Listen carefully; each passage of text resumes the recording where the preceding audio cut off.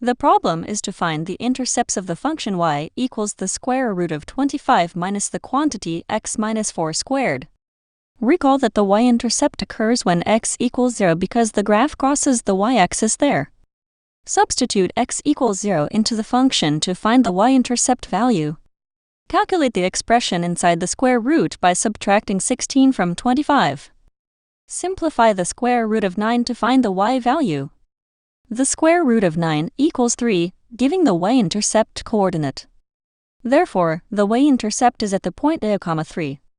Recall that the x-intercept occurs when y equals 0 because the graph crosses the x-axis there. Set y equal to 0 and solve the equation inside the square root to find x values. Rewrite the equation by moving the squared term to one side to isolate it. Take the square root of both sides, remembering to consider both positive and negative roots. Solve for x by adding and subtracting 5 from 4. This gives two possible x values, 9 and -1.